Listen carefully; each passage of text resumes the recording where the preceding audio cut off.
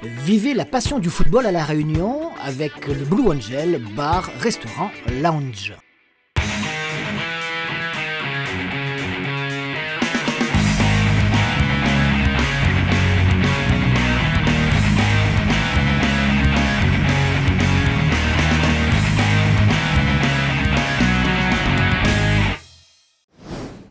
Bonjour et merci de votre présence dans cette nouvelle émission sur le football local 97.4 Foot. Et avant de vous parler de football, justement, tiens, on ouvre, et on le fera de manière très régulière, une petite fenêtre en direction d'une autre discipline sportive. Il nous a en effet paru important de montrer dans cette émission sur le football local que la Réunion est riche d'autres sports, également d'autres disciplines, riches de ces sportifs tout simplement, et que tous méritent qu'on parle d'eux un jour ou l'autre. C'est ce qui est fait avec ce regard sur l'accompagnement du mouvement sportif par le Conseil général de la Réunion. Direction donc la montagne sur les hauteurs de Saint-Denis pour le tournoi international de badminton, l'événement majeur de cette discipline. Et juste après, on parle de football. Petite respiration, 2 minutes.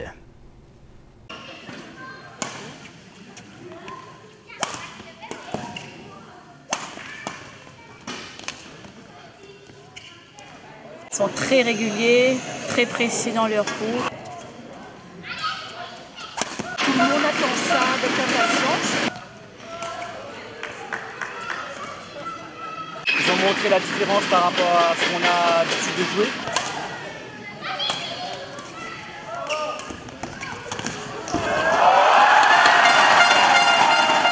On est au gymnase de la montagne à Saint-Denis. Il y a à peu près 200 joueurs inscrits au tournoi international. On a 5 pays, dont des joueurs métropolitains, donc un beau panel de joueurs, et notamment la championne de France, numéro 1 française, Sachina Vignès-Baran, qui est championne de France en titre il y a 2 mois, qui est numéro 1 française donc, et qui est 30e joueuse mondiale, qui est venue faire une préparation physique aussi ici, parce qu'on est parti sur les sentiers, mais parce qu'elle enchaîne sur une tournée en Asie pendant 2 mois. Là. Donc tout ça, c'est un travail de longue haleine. L'aide du Conseil général, elle est sur plusieurs plans. La première aide, elle est financière, donc un partenariat avec le Conseil général sur le point financier. Un partenariat en moyen aussi, parce que on a pu avoir du matériel informatique mis à disposition. En termes de communication, le Conseil général nous a mis des sacs pour tous les joueurs, qui ont été offerts à tous les joueurs. Donc un grand merci au Conseil général, parce que ça nous a permis aussi dans l'organisation de parfaire les petits détails, mais qui sont très importants pour les joueurs. On est pratiquement à 40-45 000 € de budget sur un tournoi comme ça, donc c'est sans aide des collectivités, c'est pas possible du tout, quoi. Écoutez, moi quand je vois ça, quand on a vu la salle se monter petit à petit, moi je suis comme un enfant, j'y crois et j'ai envie que ça continue, quoi. Le badminton. Allez, on parle maintenant de football avec la 12e journée du championnat de première division. Et on commence par le match du leader à l'issue des matchs allés, la Saint-Pauloise, sur sa pelouse contre la Capricorne. Alors, la méfiance était-elle justifiée de la part des joueurs de Christian d'Affreville avant le coup d'envoi de cette rencontre? Les Ravinois qui sont pourtant dans le bas du classement. Des éléments de réponse tout de suite. Saint-Pauloise, Capricorne. On s'est quand même un peu ennuyé sur ce stade Paul-Julius Bénard pendant pratiquement une bonne demi-heure, voire plus même, un petit peu comme la semaine dernière du reste. Les Saint-Paulois sont en rouge, vous le voyez, devant les buts de Calpétard. Ça chauffe quelque peu, mais rien à faire, on ne parvient pas à trouver la faille. Les minutes s'écoulent et finalement, cette action sur le côté droit qui va amener le danger devant la cage du gardien Tony Pétard, qui s'en sort bien sur cette tête de Razolefo. Il se fait d'ailleurs mal en tapant contre le poteau de ses propres buts. Plus de peur que de mal, il va reprendre sa place. Et puis finalement, à la 44e minute, ce ballon de Christopher Achelous avec un relais côté gauche. Il y a Cédera qui va trouver le centre de l'autre côté. Un premier envoi de la défense de la Capricorne. Récupération de Fabien Debré. Regardez, boum, pleine lucarne. Cela fait 1 but à 0 juste avant la pause. Une magnifique réalisation du meneur de jeu de cette équipe de la Saint-Pauloise. Et pourtant, les Ravinois n'ont pas démérité jusque-là. Ils avaient non pas, c'est vrai, beaucoup d'occasions, mais en tout cas, ils n'ont pas non plus été vraiment mis en danger par les occasions. L'occasion qu'on avait vue tout à l'heure avec l'intervention de Tony Pétard et puis cette réalisation individuelle, cet exploit de Fabien Debré. Mais on ne se décourage pas dans les tribunes du côté des supporters de la Capricorne. Il y a encore une mi-temps et ils ont raison du reste, car les jeunes de la Capricorne vont continuer à faire au moins jeu égal avec l'équipe de la Saint-Pauloise qui est obligée d'opérer par contre de temps en temps. Mais là, Velmont par exemple ne trouve pas le cadre et les minutes s'écoulent. Toujours un but à 0. Finalement, ils vont concéder par Brice Fontaine un pénalty pour cette faute sur Nsuki. Mauvais renvoi dans un premier temps. Un croc en jambe ou en tout cas, il bloque le pied d'appui de Nsuki qui va se charger lui-même de tirer ce pénalty. Malheureusement pour lui, en face il y a un Tony Pétard et on l'avait vu tout à l'heure en grande forme. Il part du bon côté. Ça ne suffira pas, c'est vrai, pour l'équipe de la Ravine des Cabris pour au moins repartir avec les 2 points du match nul, ce qui n'aura pas été scandaleux. Mais finalement, il concède une défaite qui fait l'affaire de la Saint-Pauloise qui, à défaut d'un joli coup sur cette victoire de 1 but à 0, fait un très bon coup. Et on le verra tout à l'heure dans ce classement. La Saint-Pauloise ayant assuré de son côté, la Saint-Pierroise, pour sa part, son dauphin, n'avait pas le droit à l'erreur dans son derby face à la Saint-Louisienne. Les Saint-Pierrois sont les premiers à l'œuvre avec le maillot blanc, vous le voyez, devant les buts de Botta avec cette reprise de Mamie Gervais, dégagée, en tout cas repoussée en catastrophe par la défense saint-louisienne des Saint-Pierrois, très en jambes en ce début de rencontre avec une autre occasion devant la cage, mais Biacolo se fait devancer par le gardien saint-louisien. On se dit que les Saint-Louisiens, d'autant qu'ils perdent quelques minutes plus tard Faisal Zagar, leur buteur attitré, meilleur buteur la saison dernière. On se dit que les Saint-Pierrois vont prendre plus que jamais l'ascendant. Eh bien pas du tout. Regardez ce centre de Juvet, ballon repris de la tête par Julien Lebon et qui oblige le doyen à son tour à s'employer, le gardien de l'équipe de la Saint-Pierroise. Récupération à nouveau de cette équipe saint-louisienne et on revoit et on retrouve le doyen d'une claquette qui est obligé donc d'intervenir, comme quoi il n'est pas resté inactif face à une équipe de la Saint-Louisienne qui a pris peu à peu les choses en main jusqu'à atteindre la pause sur ce score de 0 à 0. En seconde mi-temps, la différence sera encore plus nette, aussi curieux que cela puisse paraître, avec un Abdallah ici qui devance tout le monde. Il n'en manquait pas beaucoup pour que les Saint-Louisiens ouvrent le score. Les Saint-Pierrois ont du mal à réagir. Ce sont les Saint-Louisiens que l'on voit à nouveau à l'attaque et avec le même Abdallah, un nouveau joueur de cette équipe saint-louisienne et qui a été remarquable sur toutes les actions qu'il a entreprises avec ses partenaires. Regardez encore là, on vous le met au ralenti, à vous de voir s'il y a pénalty ou pas. À la suite de ce crochet, cette faute ou pas faute, tombe-t-il tout seul? De toute façon, ça ne changera rien à l'histoire. L'arbitre laisse jouer 0 à 0. Ce sera le score final. Et puis, avec une expulsion tout de même du côté de la Saint-Louisienne au cours des dernières minutes, celle de Carly Chasson pour un deuxième avertissement. Les Saint-Pierrois vont terminer comme ils l'ont commencé avec une occasion à leur actif, mais ça ne donnera rien, 0 à 0. Le derby du Sud sauvage maintenant, on connaît combien il est difficile pour les visiteurs de s'imposer sur le terrain de la Petite Île. Alors c'était le défi qui était proposé aux joueurs de l'Excelsior juste à côté. Petite Île, Excelsior. Oh, que ça n'a pas été simple pour l'équipe de l'Excelsior avec le maillot orange, évidemment, face au blanc de la Petite Île. Une équipe de l'Excelsior, sur le papier, il n'y a pas photo. Elle est beaucoup plus forte que cette équipe de la Petite Île.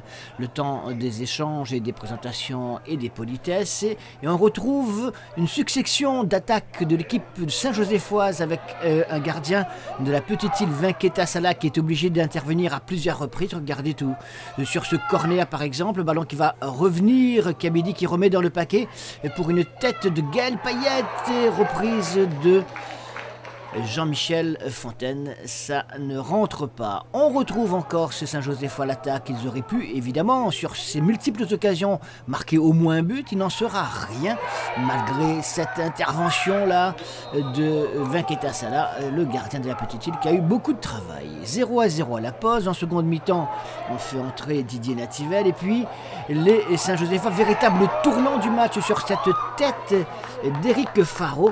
Un ballon qui finit sa course sur la transversale et un gardien en état de grâce qui a de la chance en plus. C'est pas bon signe pour les Saint-Josephois. Corner pour l'équipe de l'Excelsior. Regardez encore, sauvé sur la ligne. Décidément, rien à faire. La petite île, en plus de son abnégation, de son courage, a de la chance. On reste devant les buts petit-îlois justement pour un nouveau coup franc tiré par le même Eric Farou. Et puis il s'est passé quelque chose que l'on n'a pas vu puisque c'était hors champ de caméra.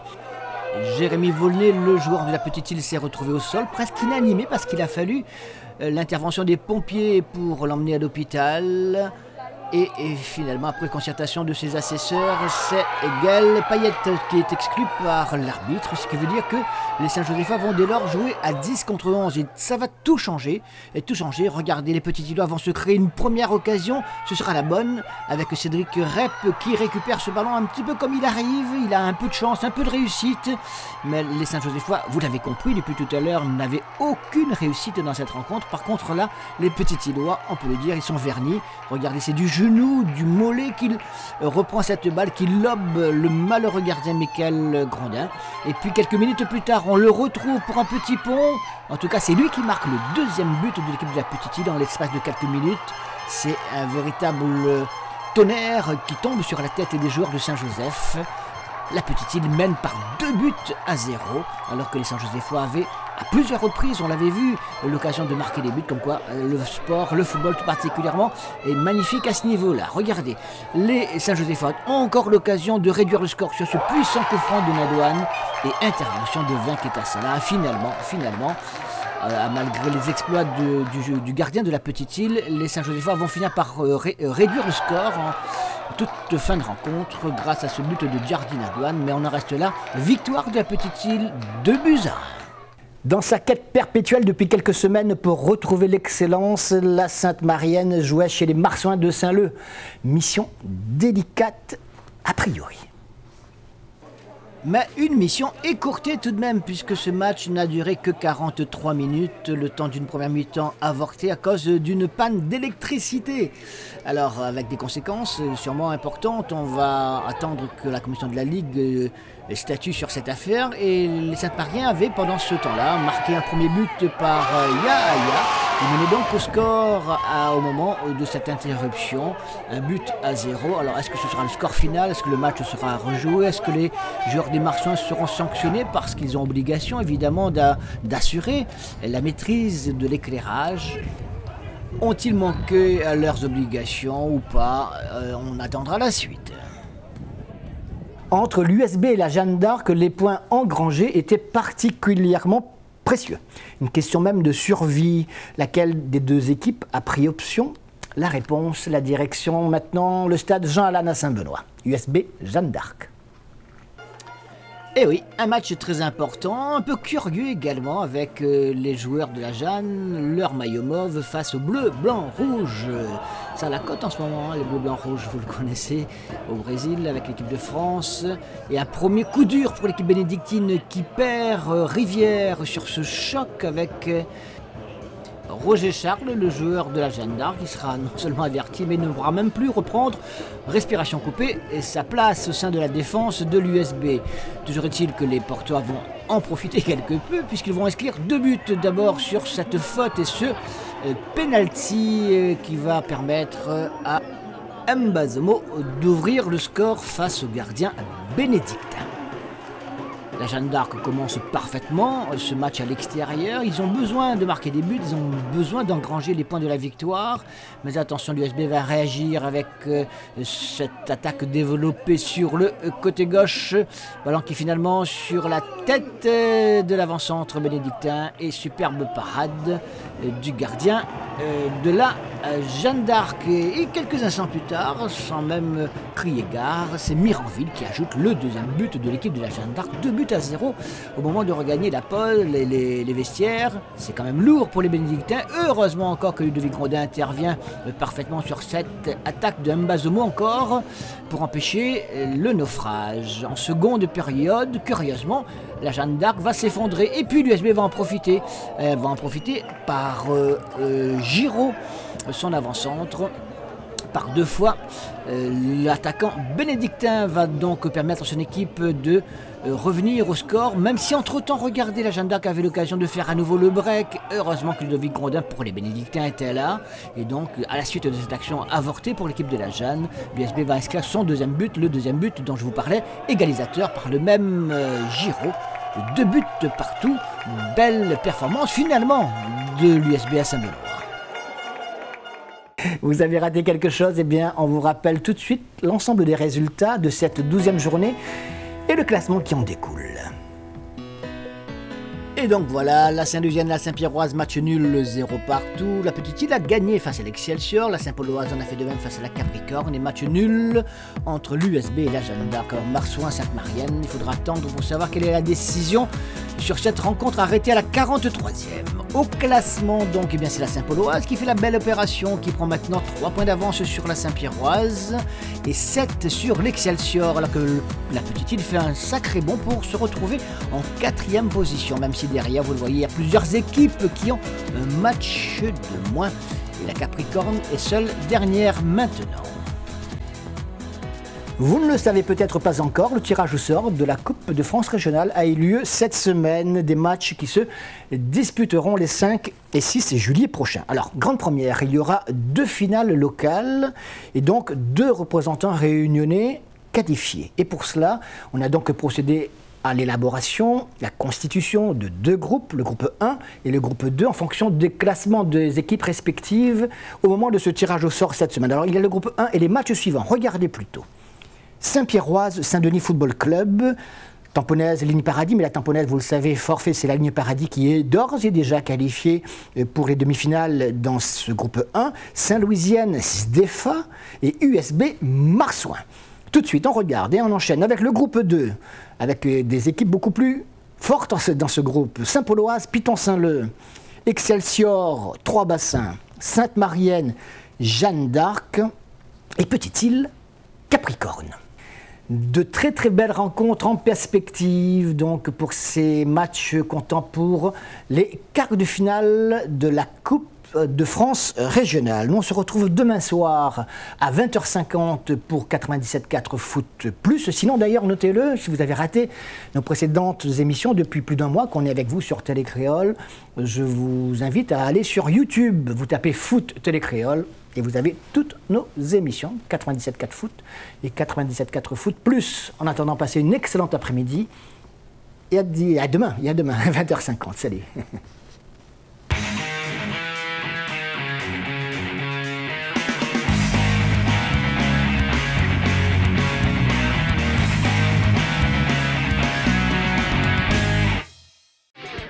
Vivez la passion du football à La Réunion avec le Blue Angel, bar, restaurant, lounge.